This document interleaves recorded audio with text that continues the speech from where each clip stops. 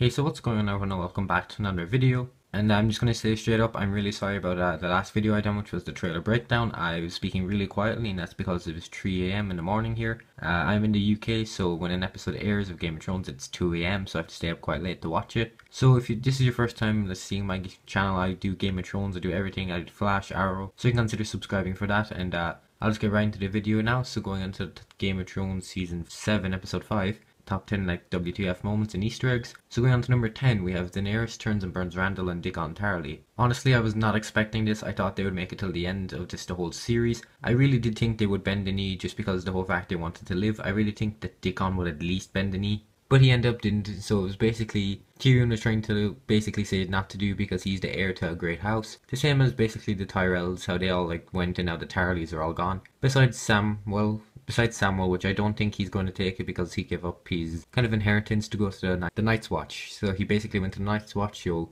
he basically can't inherit any lands. So going on to number 9, we have Bran wargs into the Ravens. So this is what we've seen in the trailers, and we saw in the trailer for this week, or for last week's episode. Well, the episode that happened yesterday. So it was pretty cool, and it looks like the Night King can actually stop Bran from warging into stuff. So he's basically really powerful and has the same powers, so he basically was able to stop Bran from warging to them basically knock him out of basically warging. Which is something I did not expect. I didn't think he'd be that powerful. I thought he'd be powerful enough, but not that powerful. So going on to number 8, we have Davos smuggles Tyrion into King's Landing. So this is, I've been reading up and catching up on the leaks and everything. So I knew this was going to happen. It was definitely one of the best scenes because the next thing that I'm going to be saying as well is going to be quite good as well. So I'll just get right into that. So basically it goes through the whole episode. It was the best scene throughout the whole episode, and Tyrion and Jaime actually meeting was quite good as well. And then we see Bronn as the one who basically kind of set it all up, but then I'll talk about another thing later on which kind of runs into him. So I kind of forgot to mention something, so I'm just going to say Arya, and this is going on to number 7. We have Arya and Sansa fighting. So this is basically just a sense of them actually fighting because Littlefinger basically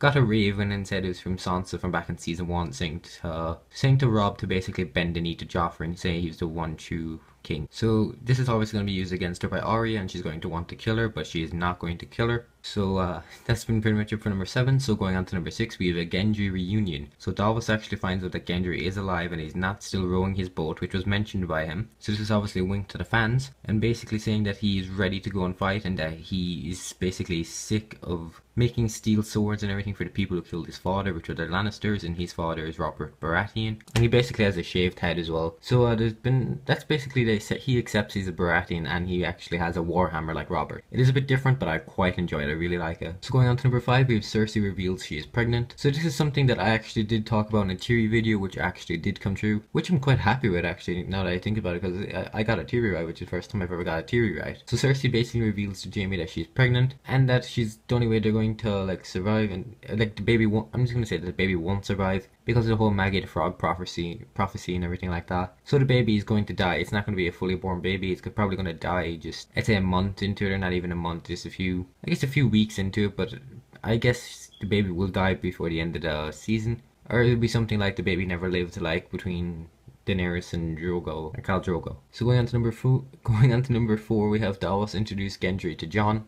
This was definitely one of the best scenes in the whole season so far. So we basically say that Davos is going and saying, you do not mention your Baratheon, you don't mention your anything, and then he straight up just mentions to Jon that he's a Baratheon, he's Robert Baratheon's bastard son. So this is something I did quite enjoy. I did really like it, and it was basically one of the best things because he's able to use a warhammer, which I do really enjoy. I really like the warhammer, and he's basically really hyped to go and fight he's just really hyped to go and fight the war for the long night, the Night King and everything. So he's gone north of the wall with Jon and everything. So going on to number 3, we have Gilly mentions Rhaegar, which it wasn't really Rhaegar, but it was mentioned that there was someone called Rhaegar, which he didn't pronounce his name right, so it's kind of like Rhaegar. It was something really weird, but basically Rhaegar got married to someone else, which was Lyanna Stark, and basically saying that Jon Snow is not a bastard anymore, and that he's the best claim to the Iron Throne, which he'll never take, in my opinion. He just won't want the Iron Throne, but he has a better claim to the Iron Throne right now than Daenerys does, which is something that I did quite expect for a long time since the end of season 6. But going on to number 2, we have Littlefinger uses Arya's skills against her. So Littlefinger basically hides a letter that he wants Arya to find, and basically Arya, it says that basically that there's a letter there, and that